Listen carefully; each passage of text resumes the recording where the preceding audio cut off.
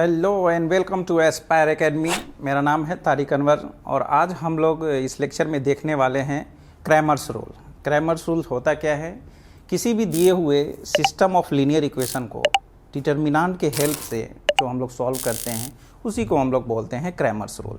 ये बहुत ही important lecture होने वाला है क्योंकि इससे हर साल आपके बोर्ड में और जेईई मेंस एग्ज़ाम में भी यहाँ से एक न एक क्वेश्चन 100% रहता ही रहता है। इसलिए ये लेक्चर आपका बहुत ही इंपॉर्टेंट होने वाला है। तो चलिए शुरू करते हैं, देखते हैं क्या है क्रैमर्स रूल। बोल रहा है क्रैमर्स रूल क्या है? It is used to solve a system of linear equations with the help of determinant. Determinant के हेल्प से जो हम लोग सॉल्व करते हैं उसी को हम लोग क्या बोलते हैं? Cramer's rule. तो चलिए हम लोग शुरू करते हैं कि दिए हुए लीनियर इक्वेशन को किस तरह से हम लोग डिटर्मिनेंट के हेल्प से सॉल्व करते हैं। तो सबसे पहले हम लोग देखते हैं कि टू वेरिएबल्स के लिए क्या करना है। तो ये जो आपका जो दो इक्वेशंस गिवन है ये लीनियर नॉन होमोजीनियस इक्वेशन है। तो सबसे पहले देखिए कि हम इसको ऐसा लिख सकते हैं डिटर्मिनेंट के फॉर्म में कि C1 C2। सबसे पहले हम इस कांस्टेंट को लेके C1 C2 और उसके बाद फिर ये B1 B2। अब आ जाइए, ये जो C1 C2 है ये कितना के बराबर? सबसे पहले हम क्या कर रहे हैं कि डिटर्मिनेंट लिख रहे हैं जिसमें C1 C2 और B1 B2 ले रहे हैं, ठीक है। अब आ जाइए C1 C2। C1 कितना के बराबर है? आप इसको यहाँ से ऐसा लिख सकते हैं, C1 की जगह पर A1x प्लस B1y ऐसा लिख सकते हैं। फिर C2 के जगह पर हम लोग क्या लिख सकते हैं? A2x and plus B2y। फिर उसके बाद B1 B2 को हम लोग एज इट इज़ लिख लेते हैं, ठीक है। अब आ जाइए यहाँ से, फिर इसको हम जो डिटर्मिनेंट का एक प्रॉपर्टी है क्या है कि अगर कोई भी एलिमेंट किसी भी रो में या कॉलम में अगर दो एलिमेंट्स का अगर सम है तो इसको हम लोग अलग अलग डिटर्मिनेंट में इसको हम लोग एक्सप्रेस कर सकते हैं। तो चलिए इसको हम लिख लेते हैं A1x, इसको A2x और उसके बाद फिर आपका B1 B2 प्लस उसके बाद फिर दूसरा जो एलिमेंट है B1y B2y and B1 B2, इसको ऐसा लिख सकते हैं। फिर यहाँ से इसमें देख रहे हैं ये फर्स्ट वाले कॉलम में क्या कॉमन है? x कॉमन है। x को हम लोग बाहर कर लेते हैं, यहाँ से A1 A2 B1 B2 ऐसा लिख सकते हैं इसको। और इस वाले डिटर्मिनेंट में y कॉमन है तो यहाँ से हम y कॉमन ले लेते हैं, ये B1 B2 और फिर ये आपका B1 एंड B2 है। तो इस वाले डिटर्मिनेंट में आप देख रहे हैं कि यहाँ क्या है कि दोनों जो आपका कॉलम है वो क्या है? आइडेंटिकल है। फर्स्ट कॉलम भी B1 B2 है, सेकेंड कॉलम भी B1 B2 है। तो डिटर्मिनेंट में एक प्रॉपर्टीज़ होता है क्या कि अगर किसी भी डिटर्मिनेंट का कोई भी दो रो या दो कॉलम अगर आइडेंटिकल हो जाता है तो उसका वैल्यू क्या हो जाएगा? 0 हो जाएगा। तो ये वाला डिटर्मिनेंट आपका 0 होने वाला है। तो फिर देखते हैं,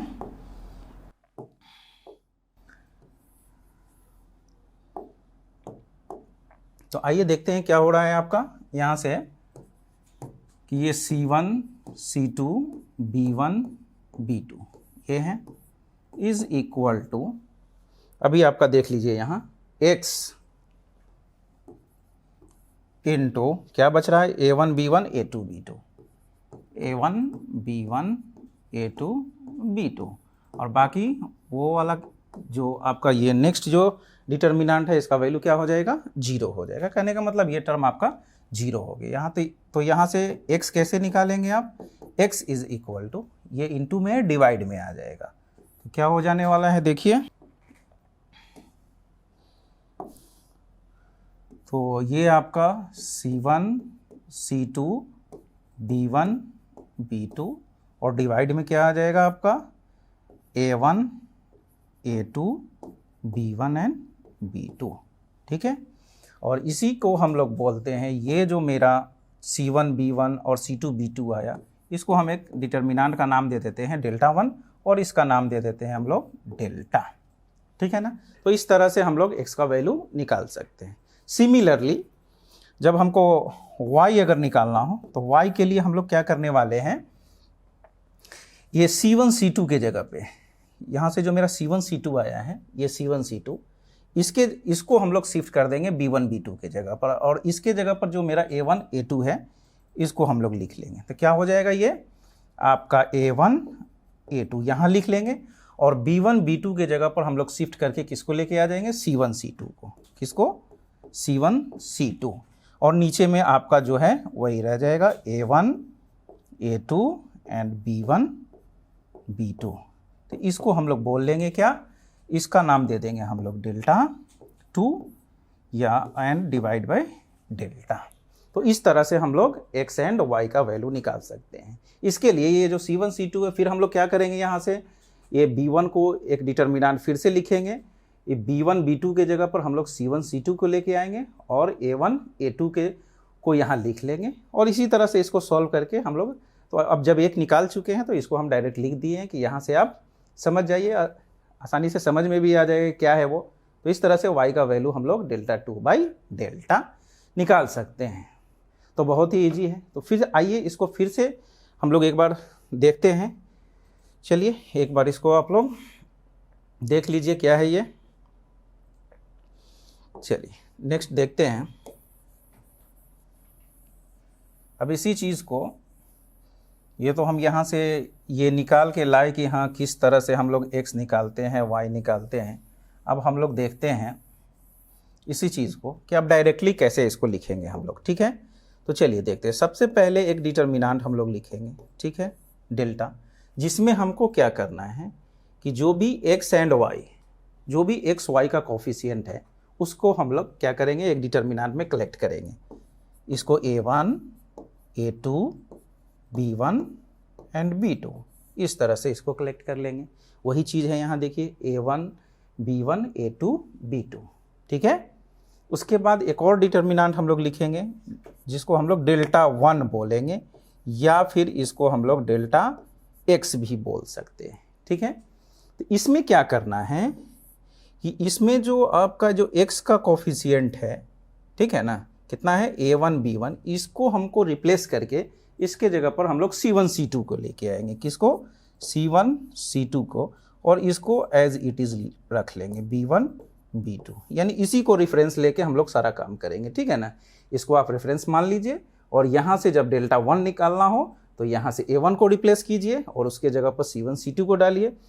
फिर देखिए उसके बाद फिर हम लोग डेल्टा 2 लिखेंगे। इसमें क्या करना पड़ेगा, इसमें हम लोग करेंगे कि यहीं से B1 B2 को रिप्लेस करके इसके जगह पर हम किसको लेके आ जाएंगे, C1 C2 को। तो ये आपका क्या हो जाएगा, A1 A2, और इसके जगह B1 B2 के जगह पर हम लोग C1 और C2 को यूज कर लेंगे, और इसको हम लोग बोलेंगे डेल्टा y भी इसको बोल सकते हैं। तो जब हम डेल्टा निकाल लिए, डेल्टा 1 निकाल लिए और डेल्टा 2 निकाल लिए, तो अभी यहाँ से हम लोग x निकालने के लिए क्या करेंगे, x is equal to delta 1 by delta and y is equal to delta 2 by delta. तो देख रहे हैं ऐसा ही है कुछ यहाँ पे, जो हम लोग उसको एक्सपेंड करके लेके आए थे सॉल्व करके। तो यहाँ भी वही है, x का value delta 1 by delta, y का वैल्यू डेल्टा 2 बाई डेल्टा। जो सॉल्यूशन वो दो वेरिएबल्स के लिए, यानी इसमें x और y आपका दो वेरिएबल है। नेक्स्ट हम लोग देखते हैं 3 वेरिएबल के लिए, यानी x y और z के लिए क्या होने वाला है। अब वहाँ पर हम लोग सीख चुके हैं कि डेल्टा किस तरह से लिखना है, डेल्टा 1 हम लोग कैसे लिखेंगे, डेल्टा 2 कैसे लिखेंगे, डेल्टा 3 कैसे लिखेंगे। तो चलिए हम लोग डायरेक्ट यहाँ पर वही करने वाले हैं। तो सबसे पहले हमको क्या करना है, डेल्टा लिखना है। ये क्या होगा, जो भी आपका वेरिएबल से x y और z है उसका कोफिशिएंट होगा, उसको हम एक जगह अपने डिटर्मिनेंट में क्या करते हैं, कलेक्ट कर लेते हैं। A1 B1 C1, फिर A2 B2 C2, A3 B3 and C3, ठीक है ना। क्या करना है, एक्स वाई जेड को आप डिलीट कीजिए, जो बच रहा है उसको सीधे यहाँ लिख देना है। तो ये आपका डेल्टा हो गया, ठीक है। उसके बाद क्या करना है हमको, उसके बाद फिर हम डेल्टा 1 लिखेंगे। तो डेल्टा 1 लिखने का क्या तरीका है कि आप क्या कीजिए कि ये जो फर्स्ट कॉलम है, यानी x का जो भी यहाँ पर कोफिशिएंट्स है A1 A2 A3, इसके जगह पर जो ये कांस्टेंट है मेरा D1 D2 D3, इसको ला के रख दीजिए। क्या हो जाएगा ये D1 D2 D3, ठीक है। अब बाकी जो भी कॉलम्स है उसको एज इट इज़ लिख दीजिए। ये आपका B1 B2 B3 C1 C2 C3, ठीक है। इसी को हम लोग और क्या बोल सकते हैं, डेल्टा x भी बोल सकते हैं, ठीक है। अब आ जाइए, फिर डेल्टा 2 लिखते हैं हम लोग, या इसी को हम लोग डेल्टा y भी बोल सकते हैं। इसके लिए क्या करना होगा कि ये मेरा जो डेल्टा है ये मेरा एक रेफरेंस का पॉइंट है, ठीक है ना। यहाँ यहीं जो भी चेंजिंग करना है हमको यहीं से करना है। अभी जैसे डेल्टा 1 निकालने के लिए हम क्या किए कि हम x का जो कोफिशिएंट था उसको रिप्लेस करके उसके जगह पर D1 D2 लाए। मगर जब डेल्टा y या डेल्टा 2 लिखना है तो यहीं से हम लोग क्या करेंगे, अब ये जो y का जो भी कोफिशिएंट्स है यहाँ पे इसको रिप्लेस करेंगे किससे, D1 D2 से। अब बाकी को एज इट इज़ लिख देंगे तो वो मेरा डेल्टा 2 हो जाएगा। क्या हो जाएगा देखिए, यहाँ पर A1 A2 A3 और यहाँ पे हम लोग लिख लेंगे D1 D2 D3 और बाकी जो आपका C1 C2 और C3 ये हो जाएगा, ठीक है। उसके बाद फिर एक और हम लोग डिटर्मिनेंट लिखेंगे डेल्टा 3, या इसी को हम लोग डेल्टा z भी बोल सकते हैं, ठीक है। इसमें क्या करेंगे, जैसे इसमें डेल्टा 1 के लिए हम लोग A1 को हटाए, डेल्टा 2 के लिए B1 को हटाए, तब डेल्टा 3 के लिए क्या करेंगे, हम लोग C1 C2 और C3 को रिप्लेस करके D1 D2 एंड D3 को लेके आएंगे। तो यहाँ पर मेरा क्या हो जाएगा, A1 A2 A3, ये आपका B1 B2 B3 और यहाँ पे आपका D1 D2 D3। तो इस तरह से हम लोग सारा डिटर्मिनेंट लिख लेंगे। अब यहाँ से आ जाइए कि अब x कैसे निकालेंगे। तो हम लोग सेकेंड ऑर्डर में देखे थे, क्या देखे थे कि x कैसे निकाले थे हम लोग, डेल्टा 1 बाई डेल्टा। y कैसे निकाले थे, डेल्टा 2 बाई डेल्टा। और z कैसे निकाले थे, z यहाँ कैसे निकालेंगे, तो एक और आ गया है मेरे पास डेल्टा 3, तो डेल्टा 3 बाई क्या डेल्टा हो गया। तो इस तरह से हम लोग यहाँ पे जो भी आपका x y z हैं, जो 3 वेरिएबल्स था उसका वैल्यू हम इस तरह से निकाल सकते हैं, ठीक है ना। इजी है, थोड़ा सा प्रैक्टिस की ज़रूरत है इसमें। देखते हैं इस पर। अब जब किसी भी सिस्टम ऑफ इक्वेशन को अगर आप सॉल्व करने जाते हैं लीनियर इक्वेशन में, तो उसमें कुछ कंडीशंस आ जाता है, क्या कि या तो गिवन इक्वेशन का यूनिक सॉल्यूशन हो, एक सॉल्यूशन हो, ठीक है, या ये भी हो सकता है कि दिए हुए इक्वेशंस का कोई भी सॉल्यूशन ना हो, यानी नो सॉल्यूशन हो, या फिर ये भी हो सकता है कि जो सिस्टम गिवन है उसका इनफाइनाइट सॉल्यूशन आ सकता है। तो देखते हैं कि किस तरीके से क्या कंडीशन होगा कि दिए हुए सिस्टम ऑफ इक्वेशन का यूनिक सॉल्यूशन होगा, नो सॉल्यूशन होगा, या फिर इनफाइनाइट सॉल्यूशन होगा। तो थोड़ा सा हम इसके लिए आपको रिकॉल कराते हैं क्लास 10th का कुछ, जो किस तरह से वहाँ पर आप लीनियर इक्वेशन को सॉल्व करते थे। a1x plus b1y is equal to c1 है, और दूसरा इक्वेशन है a2x plus b2y is equal to c2।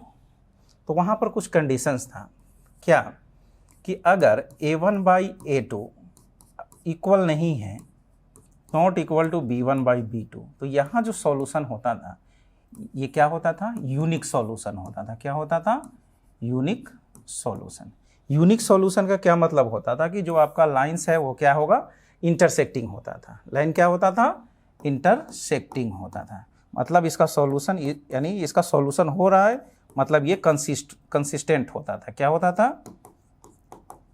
Consistent. यानी कहने का मतलब कि अगर a1 by a2 not equal to b1 by b2 के हैं, ठीक है, तो इसमें इस केस में क्या होता था, सॉल्यूशन जो होता था वो यूनिक सॉल्यूशन आता था। लाइन जो होता था वो क्या होता था, इंटरसेक्टिंग होता था, और जिसका सॉल्यूशन निकलता है उस इक्वेशन को हम लोग क्या बोलते हैं, कंसिस्टेंट। दूसरा कंडीशन था, इसी चीज़ को हम लोग इम्प्लीमेंट करने वाले हैं अभी, किस पे, क्रैमर्स रूल पे। तो अब देखते हैं, दूसरा कंडीशन था आपका कि a1 बाई a2 अगर बराबर है b1 बाई b2 के, और ये बराबर नहीं है c1 बाई c2 के, तो इस केस में क्या होता था, कोई भी सॉल्यूशन नहीं होता था, यानी नो सॉल्यूशन। क्यों सॉल्यूशन इसलिए नहीं होता था कि लाइंस जो हो जाता था वो क्या होता था, पैरेलल्स हो जाता था। लाइन क्या हो जाता था? पैरेलल्स, जिसके वजह से इसका सॉल्यूशन नहीं होता था और इसको हम लोग बोलते थे इनकंसिस्टेंट। क्या बोलते थे? इनकंसिस्टेंट। ठीक है। और तीसरा जो कंडीशन है, ऊपर हम लिखते हैं, तीसरा जो कंडीशन है मेरा, कि अगर ऐसा हो जाए कि A1/A2 is equal to B1/B2 और ये इक्वल है C1/C2 के, इस केस में क्या हो जाता था? इनफाइनाइट सॉल्यूशन हो जाता था। क्या हो जाता था? Infinite solution. क्यों? क्योंकि लाइन जो होता था कोइंसिडेंट हो जाता था, यानी एक के ऊपर दूसरा लाइन आपका आ जाता था। तो ये इनफाइनाइट जगह एक दूसरे को क्या करेगा? इंटरसेक्ट करेगा। तो इसलिए इसका जो सॉल्यूशन होगा वो क्या होगा? इनफाइनाइट सॉल्यूशन होगा। ठीक है ना। और सॉल्यूशन हो रहा है तो इसको हम लोग क्या बोलते थे? कंसिस्टेंट। क्या बोलते थे? कंसिस्टेंट। यानी जो भी सिस्टम ऑफ लीनियर इक्वेशन, यानी उसका अगर सॉल्यूशन होता है तो उसको हम लोग कंसिस्टेंट बोलते हैं, और जहाँ सॉल्यूशन नहीं होता है उसको हम लोग क्या बोलते हैं? इनकंसिस्टेंट। तो ये था थोड़ा बेसिक। अब देखते हैं इसी चीज़ को कैसे हम लोग डिटर्मिनेंट पे इम्प्लीमेंट करते हैं। तो देखते हैं, हेडिंग है कि कंसिस्टेंसी एंड, इसको आप नोट कर लीजिए, ठीक है ना। इसको हम थोड़ा इरेज करेंगे। Consistency and inconsistency.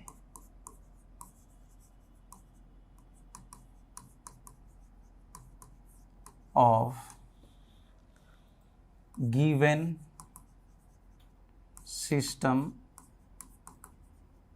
of linear equations, ठीक है। तो चलिए देखते हैं। हमको मालूम है कि x निकालने के लिए हम लोग क्या करते हैं? डेल्टा 1/डेल्टा का यूज करते हैं। y निकालने के लिए क्या करते हैं? डेल्टा 2/डेल्टा का यूज करते हैं। एंड z निकालने के लिए हम लोग डेल्टा 3/डेल्टा का यूज करते हैं। अब यहाँ पर ये देखना है कि क्या कंडीशंस होगा, वो डेल्टा 1, डेल्टा 2, डेल्टा 3 में क्या रिलेशंस होगा, ताकि दिए हुए सिस्टम ऑफ इक्वेशंस का सॉल्यूशन हो या ना हो, या फिर इनफाइनाइट सॉल्यूशन हो। फर्स्ट में यूनिक सॉल्यूशन हो। यूनिक सॉल्यूशन के लिए सबसे पहले यहाँ हम देख रहे हैं कि x निकालने के लिए हमको डेल्टा 1/डेल्टा की ज़रूरत पड़ रहा है, ठीक है ना। y निकालने के लिए डेल्टा 2/डेल्टा की ज़रूरत है। z निकालने के लिए डेल्टा 3/डेल्टा, या नीचे में डेल्टा आ रहा है, ठीक है ना। तो एक जान लीजिए कि अगर किसी भी फंक्शन के अगर डिनोमिनेटर में अगर 0 हो जाता है, या किसी भी नंबर के डिनोमिनेटर में अगर 0 होता है, तो वो डिफाइन नहीं होता है। तो नहीं होता है, इसका ये मतलब हुआ कि अगर हमको यूनिक सॉल्यूशन चाहिए तो क्या यहाँ पे डेल्टा 0 नहीं होना चाहिए। सिंपल सी बात है। तो आइए देखते हैं कि अगर ऐसा होता है कि if delta not equal to 0, अब उससे हम रिलेट करेंगे। देखिए इसको कि डेल्टा नॉट इक्वल टू 0, मतलब इसके नीचे में डिनोमिनेटर में 0 नहीं हो रहा है। तो डेल्टा नॉट इक्वल टू 0 होगा। तो इस केस में क्या होगा, जो मेरा सिस्टम ऑफ इक्वेशंस है, इसका जो सॉल्यूशन होगा वो कैसा होगा? यूनिक होगा। क्या होगा? यूनिक सॉल्यूशन होगा। क्या होगा? Unique solution. कैसे? यहाँ से समझिए। देखिए क्या है, A1/A2 not equal to B1/B2 है, यानी A1/A2 नॉट इक्वल B1/B2 है। हम उसी को रिलेट कर रहे हैं डिटर्मिनेंट से, ताकि आपको बहुत ईजिली समझ में आ जाए कि यूनिक सॉल्यूशन होने के लिए क्या कंडीशन होना चाहिए। तो ये तो ऑलरेडी आप लोगों को मालूम है कि यूनिक सॉल्यूशन के लिए ऐसा कंडीशन होना चाहिए।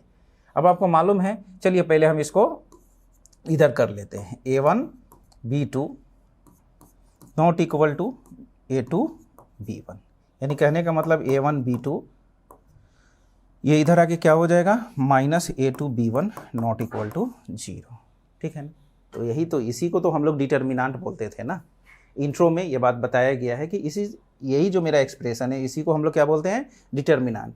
क्या है, ये जो लीनियर इक्वेशंस में जो मेरा कॉन्स्टेंट्स है A1 B1 C1 A2 B2, इससे हम लोग क्या करते हैं, एक डिटर्मिनेंट हम लोग लेके आते हैं, जो अभी अभी हम लोग देखे भी हैं कि system of linear equation with two variables x and y में वहाँ पर हम लोग क्या किए थे, डेल्टा कैसे लिखे थे, डेल्टा 1 कैसे लिखे थे, डेल्टा 2 कैसे लिखे थे।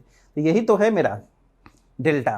तो देख रहे हैं ना, डेल्टा मेरा क्या था, सेकेंड x और y वाले वेरिएबल में जहाँ पर दो वेरिएबल था, डेल्टा मेरा क्या था, A1 A2, यही था ना मेरा delta, A1 B1 A2 B2। इसको अगर आप क्रॉस मल्टीप्लाई कर लेते हैं तो A1 B2 minus A2 B1, यही है तो मेरा डेल्टा। तो डेल्टा नॉट इक्वल टू 0 मतलब यूनिक सॉल्यूशन। यही बात तो ये भी है ना कि A1 by A2 not equal to B1 by B2, तो यूनिक सॉल्यूशन वही है।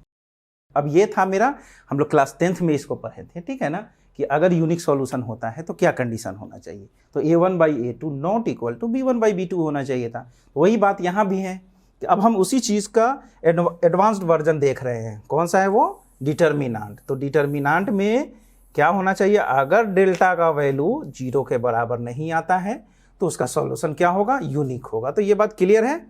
चलिए इसको हम लोग क्या करते हैं, रब कर लेते हैं। मतलब अगर डेल्टा का वैल्यू 0 नहीं होता है तो उसका सॉल्यूशन क्या होगा, यूनिक होगा। यूनिक होगा मतलब कंसिस्टेंट होगा। क्या होगा, इसको हम लोग क्या, यानी सॉल्यूशन हो रहा है तो इसको हम लोग क्या बोलेंगे, कंसिस्टेंट, ठीक है ना। अभी यहाँ पर हम लिखे थे कंसिस्टेंसी एंड इनकंसिस्टेंसी। कंसिस्टेंसी मतलब होता है जिसका सॉल्यूशन होता है, और इनकंसिस्टेंसी का मतलब हुआ जिस सिस्टम ऑफ इक्वेशन का सॉल्यूशन नहीं होता है, ठीक है ना।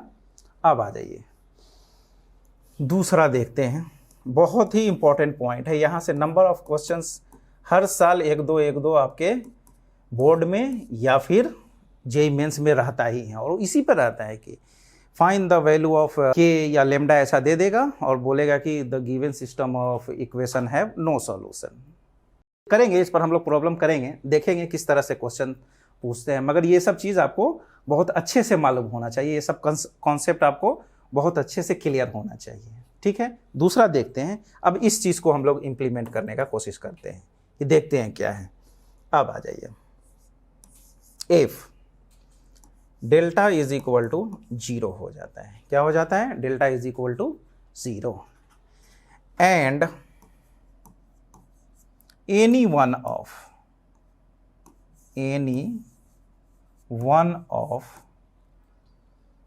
Delta 1 delta 2 and delta 3 are non zero,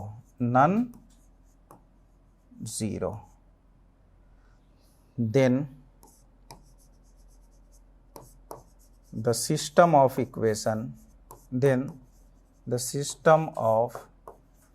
equations have no solution। क्या हो जाएगा, नो सॉल्यूशन, यानी उसका सॉल्यूशन नहीं होगा, ठीक है। तो अब आ जाइए यहाँ से देखिए कि A1 बाई A2 है ना, इक्वल है B1 बाई B2 के। मतलब इसी को तो हम लोग डेल्टा बोलते हैं ना, और डेल्टा क्या हो जाएगा मेरा, अगर दोनों इक्वल है तो डेल्टा का वैल्यू यहाँ से 0 हो जाएगा। और ये सेकेंड वाला जो टर्म आप देख रहे हैं यहाँ पे नॉट इक्वल है, मतलब इसमें डेल्टा 1 हो या डेल्टा 2 हो या डेल्टा 3, यानी कोई भी हो सकता है, डेल्टा 1 या डेल्टा 2 या फिर डेल्टा 3, कोई भी एक क्या हो जाए, नॉन जीरो हो जाए, क्योंकि वो इक्वल नहीं है। तो यहाँ पर एक्चुअली ये हम 2 वेरिएबल के लिए है, यहाँ पर हम 3 वेरिएबल के लिए कर रहे हैं, मगर कॉन्सेप्ट को आप समझने का कोशिश कीजिए, क्या है कॉन्सेप्ट यहाँ पे, ठीक है ना। तो ये तो इक्वल है, तो यहाँ पर डेल्टा क्या हो जाएगा, 0।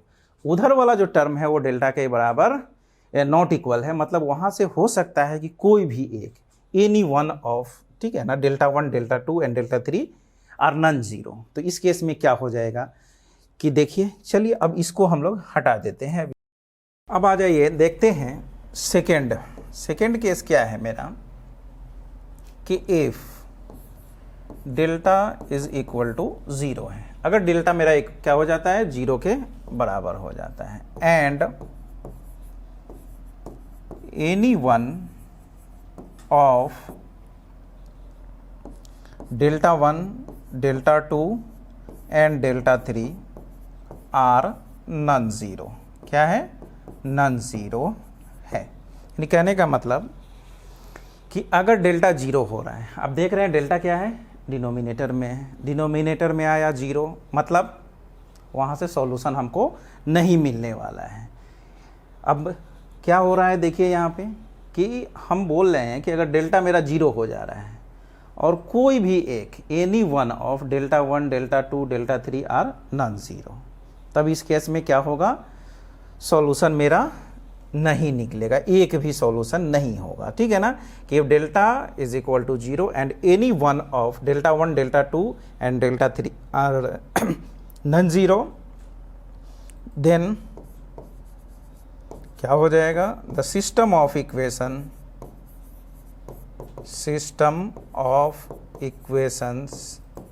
हैव नो सॉल्यूशन, यहाँ से सॉल्यूशन आपका नहीं निकलेगा। अब इसी चीज़ को हम वहाँ से समझते हैं। अब देख रहे हैं कि यहाँ क्या है आपका कि a1/a2 is equal to b1/b2 है ना। तो यहाँ पर क्या होने वाला है आपका, डेल्टा क्या हो जाएगा, जीरो हो जाएगा। बट ये जो टर्म है इसमें क्या है कि b1/b2 not equal to c1/c2 है। तो यहाँ से कोई भी एक डेल्टा वन हो या डेल्टा टू हो या डेल्टा थ्री हो, एक्चुअली क्या है उसमें दो वेरिएबल्स है और यहाँ पर हम तीन में देख रहे हैं, मगर समझने के लिए ऐसा समझ लीजिए कि यहाँ पर क्या है, नॉट इक्वल टू। तो हो सकता है कोई भी एक क्या हो, चाहे वो डेल्टा वन हो या फिर डेल्टा टू हो, वो जीरो के बराबर ना आवे। तो इस केस में क्या होगा, जो दिया हुआ सिस्टम ऑफ इक्वेशन है उसका कोई भी सॉल्यूशन नहीं होगा। क्यों? क्योंकि उसके डिनोमिनेटर में जीरो आ रहा है। ठीक है, तो चलिए इसको ज़रा हम साफ करके फिर इसी बात को थोड़ा और अच्छे से समझते हैं कि क्या है। जैसे यहाँ से अगर हम मान लिया कि x निकालते हैं तो डेल्टा मेरा कितना है, जीरो है। अगर मान लिया कि डेल्टा वन भी मेरा जीरो आ गया और डेल्टा भी जीरो है, अगर y निकालते हैं तो मान लिया कि डेल्टा टू भी मेरा जीरो है और डेल्टा तो जीरो है ही। तो इस सब केस में आगे हम लोग देखेंगे कि जब इस तरह से डेल्टा और डेल्टा वन का या डेल्टा और डेल्टा टू का वैल्यू अगर सभी अगर जीरो हो जाता है तो उस केस में क्या होगा, इनफाइनाइट सॉल्यूशन होने वाला है।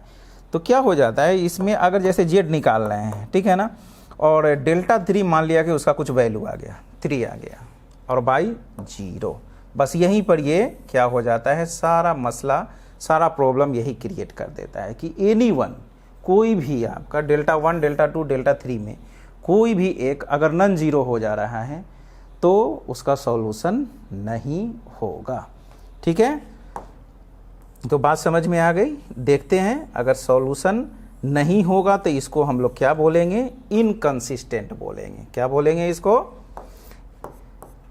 क्या हो जाएगा ये मेरा, इनकंसिस्टेंट, इनकंसिस्टेंट हो जाएगा। अब एक और केस हम लोग देखते हैं, थर्ड वन क्या है कि अगर delta is equal to zero हो जा रहा है, ठीक है, एंड आपका delta one, delta two and delta three सब क्या हो गया, जीरो हो गया। ठीक है, डेल्टा भी zero, delta one, delta two, delta three भी जीरो। इस केस में क्या हो जाएगा, इस केस में जो होगा अपना इनफाइनाइट सॉल्यूशन निकलेगा। क्या हो जाएगा, इनफाइनाइट सॉल्यूशन। ठीक है, और फिर सॉल्यूशन तो है, इसलिए हम लोग इसको क्या बोलेंगे, कंसिस्टेंट। क्या हो जाएगा, कंसिस्टेंट।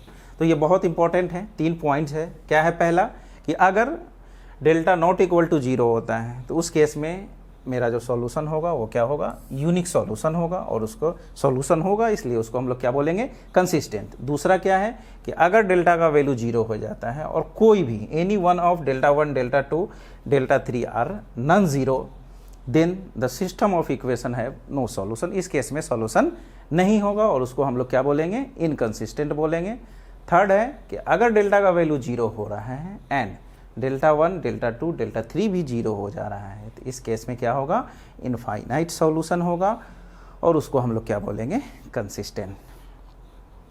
तो ये बहुत ही इंपॉर्टेंट पॉइंट्स है, इसको आप लोग नोट करके रखिए। देखते हैं इस पर क्वेश्चंस लेते हैं, सॉल्व करते हैं। क्वेश्चन क्या है इसमें? पहला 2 वेरिएबल्स के लिए हैं कि यहाँ से हमको सॉल्व करना है बाय क्रैमर्स रूल। बहुत ही आसान क्वेश्चंस है। देखिए एक्स एंड वाई हमको यहाँ से फाइंड आउट करना है। तो सबसे पहले हम लोग क्या करेंगे, यहाँ से डेल्टा लिखेंगे। डेल्टा क्या है मेरा? 1। क्या बताए थे आपको? एक्स और वाई के कोफिशिएंट को डेल्टा में लिख लेना है, 7 और 6। ठीक है, इसको सॉल्व कर लीजिए। 6 1 जा 6 माइनस एंड माइनस 14, 7 इंटू 2, तो ये 6 अब प्लस कितना हो जाएगा? 14, ये आपका 20। नेक्स्ट हम लोग डेल्टा 1 लेते हैं। डेल्टा 1 क्या है? डेल्टा 1 के लिए क्या करना है आपको? जो x का कोफिशिएंट है इसको रिप्लेस कीजिए और जो कांस्टेंट 0 और 40 को हम लोग यहाँ रखेंगे। उसके बाद फिर आपका -2 एंड 6, ये कितना हो जाएगा? 6 इंटू 0 0 माइनस 2 इंटू 40 यानी -80, यानी यह आपका कितना हो जाएगा? 80। उसके बाद फिर आपको डेल्टा 1 निकाल लिए, अब डेल्टा 2 निकाल लीजिए। डेल्टा 2 में क्या करना है? -2 एंड 6 को रिप्लेस करके इसके जगह पर हम क्या रख देंगे? पहले इसको लिख लेते हैं 1 7 और -2 एंड 6 को रिप्लेस करके इसके जगह पर 0 एंड 40 को हम लोग रख लेते हैं। क्या हो जाएगा? इसको कैलकुलेट कर लीजिए। ये 40 इंटू 1 40 माइनस 0 इंटू 7 0, यानी कितना हो जाएगा? ये 40 ही हो जाएगा। ठीक है, अब यहाँ से हम लोग x निकालते हैं। x होगा, x क्या हो जाएगा? Delta 1 by delta. डेल्टा 1 का वैल्यू क्या आया है? देखिए यहाँ डेल्टा 1 का वैल्यू कितना है? 80 है, बाई डेल्टा का वैल्यू 20। 80 बाई 20 कितना हो जाएगा? 4 हो जाएगा। 4 बार में आपका ये क्या हो जाएगा? कैंसिल हो जाएगा। नेक्स्ट y कैसे निकालेंगे? y के लिए आपके पास क्या फॉर्मूला है? इसको हम लोग यूज करते हैं डेल्टा 2 बाई डेल्टा। डेल्टा 2 आपका कितना आया है? 40 एंड डेल्टा 1 भी 40। 40 40 कैंसिल हो गया, रिजल्ट कितना आ गया? 1। तो इस तरह से आपका x का वैल्यू कितना हो गया? 4 एंड y का वैल्यू 1 हो गया। ठीक है, तो इस तरह से हम लोग क्रैमर्स रूल के यूज़ से हम लोग इसको क्या करते हैं? सॉल्व करते हैं। बहुत आसानी से हम लोग किसी भी इक्वेशन को सॉल्व करके वहाँ से हम x एंड y का वैल्यू निकाल सकते हैं। अब एक और इक्वेशन दिया है, लेते हैं उसको भी सॉल्व करते हैं। चलिए थोड़ा जगह खाली कर ले यहाँ पे। देखते हैं यहाँ भी क्या करेंगे। सबसे पहले हम लोग डेल्टा लिखेंगे। डेल्टा में क्या लिखना है आपको? जो coefficient of x and y है, यानी 2 3 एंड 3 -2, इसको सॉल्व कर लेते हैं। ये -4 2 2 4 -3 3 9 हो जाएगा आपका। ये कितना हो जाएगा? -13। उसके बाद फिर हम लोग डेल्टा 1 लिखते हैं। डेल्टा 1 में क्या करेंगे? ये जो कांस्टेंट x का जो कोफिशिएंट है 2 एंड 3, इसको रिप्लेस करके हम लोग यहाँ पे 9 एंड 7 लिखने वाले हैं। उसके बाद फिर 3 एंड -2 को एज इट इज़ लिख देंगे। उसके बाद फिर हम लोग डेल्टा 2 लिखेंगे। डेल्टा 2 में क्या करेंगे? 3 एंड -2 को रिप्लेस करके उसके जगह पर 9 एंड 7 को लिखेंगे और बाकी 2 एंड 3 को ऐसा ही लिख लेते हैं। चलिए इसको सॉल्व कर लेते हैं। ये मेरा हो जाएगा -18 और -21, तो 9 -39 हो जाएगा आपका। और यहाँ से कितना हो जाएगा आपका? इसको मल्टीप्लाई कर लीजिए। 7 इंटू 2 14 -9 इंटू 3 27, तो यहाँ से आपका ये हो जाएगा -13। ठीक है, तो इस तरह से हम लोग डेल्टा 1 एंड डेल्टा 2 यहाँ से हम लोग निकाल लिए। अब चलिए यहाँ से हम लोग x निकालते हैं। तो x निकालने के लिए फिर वही अपना क्या करेंगे? x के लिए हम लोग क्या करेंगे? Delta 1 by delta. डेल्टा 1 कितना हो जाएगा आपका? देखिए डेल्टा 1 आया है -39 बाई -13, माइनस कैंसिल हो जाएगा, तो इसका वैल्यू आपका 3 हो जाएगा। उसके बाद नेक्स्ट y निकालने के लिए हम लोग करेंगे डेल्टा 2 बाई डेल्टा। ये आपका हो जाएगा डेल्टा 2 का वैल्यू कितना आया है -13 एंड डेल्टा का वैल्यू भी -13 है। रिजल्ट कितना आ जाएगा 1। देयरफॉर फाइनली जो x का वैल्यू आपका आया कितना आया 3 एंड y का वैल्यू कितना आया 1। ठीक है, देखते हैं क्या आपका ये रिज़ल्ट सही है, एक बार चेक कर लीजिए।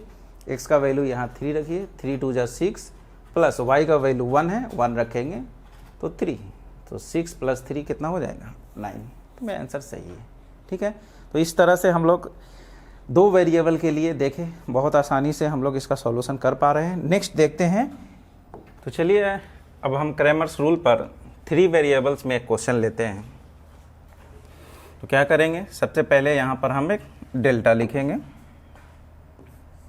डेल्टा लेते हैं। डेल्टा में हमको क्या करना होता है, जो भी x, y और z का जो भी कोफिशिएंट है उस कोफिशिएंट को लेके एक हम डिटर्मिनेंट लिख लेते हैं। 5 -1 4 2 3 एंड 5 2 3 एंड 5, उसके बाद फिर आपका 5 -2 एंड 6। ठीक है, उसके बाद फिर हम लोग इसको सॉल्व कर लेते हैं। क्या करना है, यहाँ पे आपको प्लस माइनस और प्लस रो वाइज हम इसको क्या करते हैं एक्सपेंड करते हैं। तो चलिए 5 को सिलेक्ट किए, इसके सामने वाले कॉलम और रो को छोड़ते हैं। 6 3 ज़ा 18 -5 इंटू -2 -10, तो ये +10 हो जाएगा आपका। उसके बाद फिर -1 को लेना है, तो माइनस है ऑलरेडी ऊपर में माइनस साइन है, तो ये कितना हो जाएगा +1। +1 को इसको सिलेक्ट करते हैं, तो ये और ये जाएगा आपका 6 2 ज़ा 12 -25, ये हो जाएगा आपका 12 -25 +4 4 को सिलेक्ट किए, तो ये और ये गया आपका -4 एंड -15 -4 एंड -15। इसका देख लेते हैं वैल्यू कितना आ जाएगा, 5 इंटू ये 28 हो जाएगा। और यहाँ से आपका -13 12 -25 -13 एंड +4 इंटू ये -19 हो जाएगा। तो ये आपका वैल्यू हो जाएगा 0 एंड ये 140 हो जाएगा आपका -13 एंड -19 इंटू 4 76। तो इसका वैल्यू आपका हो जाएगा 140 -13 एंड -76, ये आपका हो जाएगा -89। तो ये आपका हो जाएगा 51, 140 -89 51। उसके बाद हम लोग डेल्टा 1 निकालते हैं। डेल्टा 1 के लिए क्या बताए थे आपको, जो भी x का कोफिशिएंट है यहाँ पे ये देख रहे हैं 5 2 5, इसको रिप्लेस करके हम जो कांस्टेंट है इक्वल में 5 2 1 -1 इसको लेके आ जाएंगे। तो ये 5 2 -1 यहाँ आ जाएगा। उसके बाद फिर आपका -1 3 -2 एंड 4 5 6 इसको एज इट इज़ लिख देंगे। ठीक है ना, डेल्टा 1 या इसको डेल्टा x भी हम लोग बोलते हैं। चलिए इसको भी सॉल्व करते हैं। यहाँ भी आपको क्या करना है, साइन दे लीजिए, इसके लिए प्लस माइनस और प्लस। उसके बाद इसको फिर एक्सपेंड करते हैं हम लोग। देखिए 5 को सिलेक्ट किए, तो कितना हो जाएगा 6 3 ज़ा 18 -5 इंटू 2 -10। ये आपका 5 इंटू -2 -10 होगा, माइनस करेंगे प्लस हो जाएगा। फिर यहाँ पे माइनस माइनस +1 हो जाएगा आपका, तो 6 2 ज़ा 12 माइनस ये 5 इंटू -1 -5 होगा, तो ये +5 हो जाएगा। उसके बाद +4 को सिलेक्ट करते हैं हम लोग 4, तो ये 2 इंटू -2 -4 एंड -3 इंटू -1 यानी -3, तो ये आपका +3 हो जाएगा। ठीक है, सॉल्व कर लेते हैं इसको। ये भी 28 हो जाएगा आपका, प्लस ये 17 एंड यहाँ पे 1 है। और ये -1 है, -4 + 3 -1 इंटू 4 -4। अभी आपका ये कितना हो जाएगा, 28 इंटू 5 ये 140 और 17 - 4 13, ये आपका हो जाएगा 153। उसके बाद फिर हम लोग डेल्टा 2 निकालते हैं। डेल्टा 2 के लिए क्या करना है, अब यहाँ पर जो y का कोफिशिएंट है देख लीजिए, यहाँ पे -1 3 एंड -2, इसको रिप्लेस करके हम लोग जो बाहर में जो कांस्टेंट है आपका 5 2 -1 उसको लेके आ जाएंगे। तो चलिए यहाँ से ही हम लिखेंगे इसको 5 2 5, और इसको रिप्लेस करके हम लोग लिखने वाले हैं कि इसको 5 2 एंड -1, बाकी आप 4 5 6 को एज इट इज़ लिख दीजिए, 4 5 6। चलिए इसको भी एक्सपेंड कर लेते हैं हम लोग। 5 6 इंटू 2 12 माइनस 5 इंटू -1, तो -5 यानी ये +5 हो जाएगा आपका। उसके बाद -5 को सिलेक्ट कर रहे हैं तो क्या हो जाएगा, ये और ये छूटेगा, 6 2 ज़ा ये आपका 12 माइनस, उसके बाद 5 इंटू 5 यानी ये 25 हो जाएगा। एक मिनट, यहाँ पे ये माइनस नहीं है। उसके बाद फिर 4 को सिलेक्ट करते हैं, +4, इसके लिए क्या हो जाएगा, ये और ये आपका छूटेगा, तो ये -2 एंड -10, -2 और -10 हो जाएगा। इसको सॉल्व कर लेते हैं। 5 इंटू ये 17 हो जाएगा, -5 इंटू यहाँ 12 - 25 कितना हो जाएगा, -13 अब +4 इंटू ये -12। तो चलिए इसको सॉल्व कर लेते हैं, क्या होता है वैल्यू देख लेते हैं। 17 इंटू 5 ये आपका 85 एंड माइनस माइनस +13 इंटू 5 ये 65 हो जाएगा आपका, एंड -4 इंटू 12 48।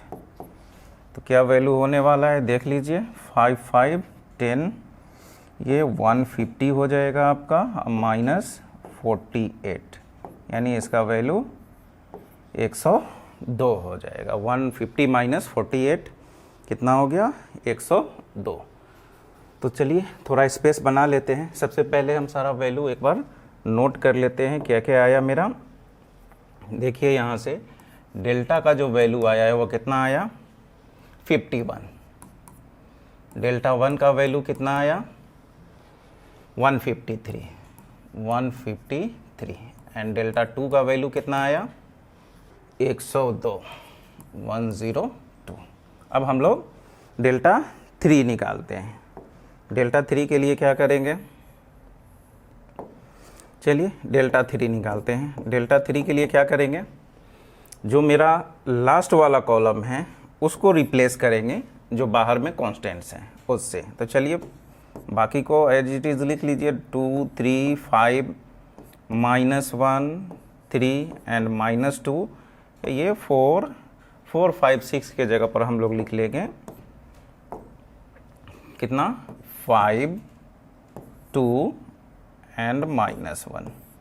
चलिए अब इसको सॉल्व करते हैं। इसके लिए भी plus minus and plus expand करते हैं, देखते हैं क्या वैल्यू होने वाला है। 5 इसके सामने वाले रो और कॉलम के एलिमेंट को हम लोग छोड़ेंगे, इसको मल्टीप्लाई कर लेते हैं। 3 इंटू 1 -3 एंड -2 इंटू -2 -4 यानी +4 हो जाएगा आपका ये। उसके बाद फिर प्लस होगा, माइनस माइनस प्लस, और ये 1 को सिलेक्ट किए तो क्या हो जाएगा आपका, ये कॉलम और ये रो छूटेगा, -2 एंड -10 -2 -10। उसके बाद +5 को सिलेक्ट करते हैं तो क्या हो जाएगा, ये और ये आपका छूटेगा, -4 एंड -15 -4 एंड -15। तो देख लेते हैं इसका वैल्यू क्या होगा। ये 5 -3 +4 1 बचेगा आपका, +1 इंटू यहाँ से -12 और +5 इंटू यहाँ से -19, तो ये आपका 5 हो जाएगा, ये -12 और -95, तो ये हो जाएगा आपका 5 -107, -12 और -95 आपका 107 हो जाएगा, और ये -102। तो इस तरह से हम डेल्टा निकाल लिए, डेल्टा 1 निकाल लिए, डेल्टा 2 निकाल लिए एंड डेल्टा 3 सबका वैल्यू निकाल लिए। चलिए अब देखते हैं कि एक्स वाई जेड का वैल्यू क्या होगा। देयरफॉर एक्स निकालने के लिए हम लोग क्या करते हैं, डेल्टा 1 बाई डेल्टा। चलिए डेल्टा 1 का वैल्यू कितना है 153 बाई डेल्टा का वैल्यू 51, 3 टाइम्स ये कैंसिल हो जाएगा, तो x का वैल्यू कितना आ गया 3। y के लिए देख लेते हैं, y के लिए हम लोग क्या करेंगे, डेल्टा 2 बाई डेल्टा। डेल्टा 2 का वैल्यू कितना है 102, और डेल्टा का वैल्यू कितना है आपका 51, ये 2 टाइम्स कैंसिल हो जाएगा। एंड z के लिए क्या करेंगे फिर, डेल्टा 3 बाई डेल्टा। डेल्टा 3 का वैल्यू कितना आया -102 डिवाइडेड बाई, इसका डेल्टा का वैल्यू 51 है, फिर इससे ये कैंसिल हो जाएगा, माइनस है -2। ठीक है, इस तरह से जो आपका x, y और z का जो वैल्यू आया, x का वैल्यू आपका कितना आया 3 आया, y का वैल्यू कितना आ गया 2 आ गया, एंड z का वैल्यू जो है वो -2। यही मेरा आंसर हुआ आपका।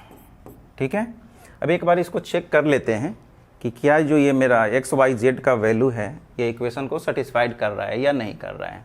तो देखते हैं, इसमें देखते हैं, इससे फर्स्ट इक्वेशन से 5 इंटू x का वैल्यू कितना है 3 माइनस y, तो माइनस y का वैल्यू कितना है 2 है, प्लस 4z, z का वैल्यू कितना है -2, ये 5 3 15 -2 एंड -8, ये कितना हो जाएगा 15 -10 यानी कितना 5। तो देखिए यहाँ भी क्या है 5 है, इसका मतलब जो मेरा रिजल्ट है एक्स वाई जेड वो मेरा सही है। तो इस तरह से एक बार हम लोग वेरीफाई कर लेंगे फाइनली कि क्या मेरा जो रिजल्ट है वो सही है या नहीं है। चलिए नेक्स्ट क्वेश्चन पे आते हैं। तो देखते हैं नेक्स्ट क्वेश्चन, ये भी 3 वेरिएबल्स में एक बहुत ही इजी क्वेश्चन है। इसमें भी क्या है कि इसमें बस इस इक्वेशन में एक टर्म मिसिंग है। तो सबसे पहले हम इसको रीराइट करते हैं, ये x plus y plus z is equal to 9, ये एक्स वाई जेड के पैटर्न में इसको हम लिखते हैं। फिर नेक्स्ट जो इक्वेशन है 3x plus 2y minus 3z is equal to 0, and यहाँ पे z माइनस x है, y मिसिंग है। तो हम इसको पहले सबसे पहले x को लिखते हैं, x कितना है -x, y नहीं है तो प्लस 0y, एंड z क्या है यहाँ प्लस z है, तो plus z is equal to 2। तो इस तरह से हम लोग क्या करेंगे, पहले एक बार एक्स वाई जेड के पैटर्न में इसको रीअरेंज करके लिख देते हैं। इससे क्या होगा कि हमको डेल्टा 1 डेल्टा 2 ये सब का वैल्यू लिखना मेरे लिए आसान हो जाएगा। ठीक है, तो देख लेते हैं क्या हो जाएगा। x का जो भी कोफिशिएंट है उसको हम डेल्टा में लिखते हैं, तो 1 3 -1, y में क्या है देख लीजिए 1 2 0, z में क्या है 1 -3 एंड 1।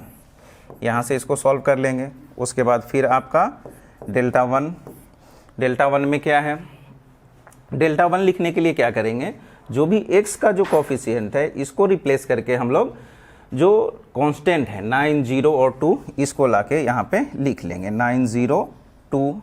उसके बाद फिर यहीं से हम लोग रेफरेंस लेंगे ताकि आसानी से हम लोग लिख पाए 1 2 0 एंड 1 -3 1। यहाँ से हम लोग डेल्टा 1 लिख लेंगे। उसके बाद फिर डेल्टा 2 लिखते हैं। डेल्टा 2 के लिए क्या करेंगे, इसको रिप्लेस करेंगे, तो बाकी को एज इट इज़ लिख लीजिए आप 1 3 -1, और इसको रिप्लेस करके हम लोग 9 0 2 और उसके बाद 1 -3 एंड 1। फिर इसको सॉल्व कर लेंगे। उसके बाद फिर डेल्टा 3 लिखते हैं। डेल्टा 3 में क्या करेंगे हम लोग, इसको रिप्लेस करेंगे, सबसे लास्ट वाले को, जेड वाले को। ये 1 3 -1 1 3 -1, उसके बाद फिर 1 2 0 और इसके जगह पर 902 902। तो इस तरह से हम क्या करेंगे, डेल्टा 1 डेल्टा 2 डेल्टा 3 ऐसा लिख लेंगे। चलिए इसका वैल्यू सॉल्व करके देखते हैं क्या होता है।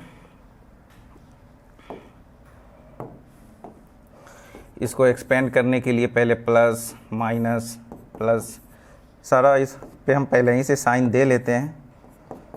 यहाँ भी क्या करेंगे, इसके लिए प्लस माइनस प्लस, यहाँ भी आपका प्लस माइनस और प्लस, इस तरह से साइन दे लेते हैं। तब उसके बाद अब इसको सॉल्व करते हैं, देखते हैं क्या होता है वैल्यू। 1 को सिलेक्ट करते हैं, क्या हो जाएगा, ये रो और कॉलम छूटेगा आपका 2 × 1 2 माइनस 0 × -3 यानी 0। उसके बाद फिर -1 सेलेक्ट करते हैं। -1 सेलेक्ट करेंगे तो क्या हो जाएगा, ये रो और कॉलम छूटेगा आपका 3 -3 एंड -1, ये भी 3 हो जाएगा। उसके बाद फिर +1 को सिलेक्ट करते हैं। 1 को सिलेक्ट करेंगे तो ये और ये छूटेगा आपका 0 3 × 0 0 -1 × 2 यानी +2 हो जाएगा। तो ये आपका हो जाएगा 2, ये फिर -1 × 0 हो जाएगा, 3 - 3 0 +1 × 0 × 0 + 2 यानी 2 ही बच जाएगा आपका। तो ये आपका वैल्यू जो हो जाएगा 2, ये 0 हो गया +2 यानी 4। नेक्स्ट देखते हैं, यहाँ 9 को सिलेक्ट करते हैं। ये और ये आपका छूटा तो 2 - 0 2 - 0। उसके बाद फिर -1 को सिलेक्ट करते हैं। -1 को सिलेक्ट करते हैं तो ये रो और कॉलम आपका छूटेगा 0 -6, तो 0 + 6 हो जाएगा आपका। फिर +1 को सिलेक्ट करते हैं तो ये और ये छूटेगा 0 -4 0 -4। तो देखते हैं इसका वैल्यू कितना हो जाएगा, 9 × 2 यानी आपका ये 18 हो जाएगा। फिर 0 + 6 × -1 ये -6 हो जाएगा। और 0 -4 -4 × 1 -4 यानी 18 - 10 यानी आपका वैल्यू 8 हो गया। ठीक है, फिर उसके बाद आते हैं डेल्टा 2 पे। 1 को सिलेक्ट करते हैं। 1 को सिलेक्ट करते हैं तो ये 0 -6, तो 0 + 6 हो जाएगा आपका ये।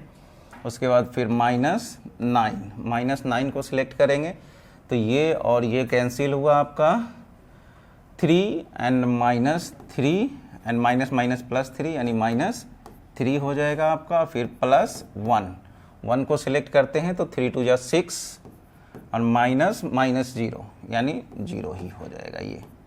तो 6 × 1 = 6, ये 0 हो गया, -0 एंड +6 ये 12 हो गया आपका।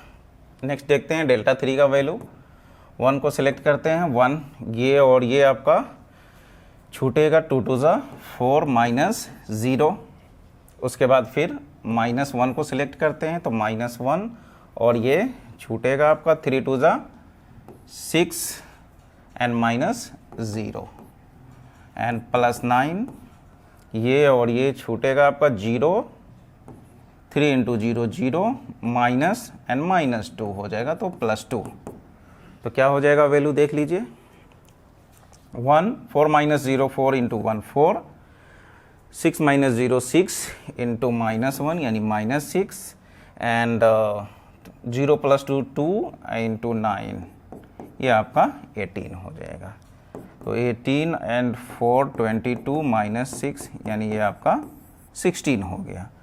तो देख रहे हैं अब मेरा यहाँ से डेल्टा निकल गया, डेल्टा 1 निकल गया, डेल्टा का वैल्यू आपका 4 आया है। उसके बाद फिर डेल्टा 1 का वैल्यू 8 है, डेल्टा 2 का वैल्यू 12 है एंड डेल्टा 3 का वैल्यू 16 है।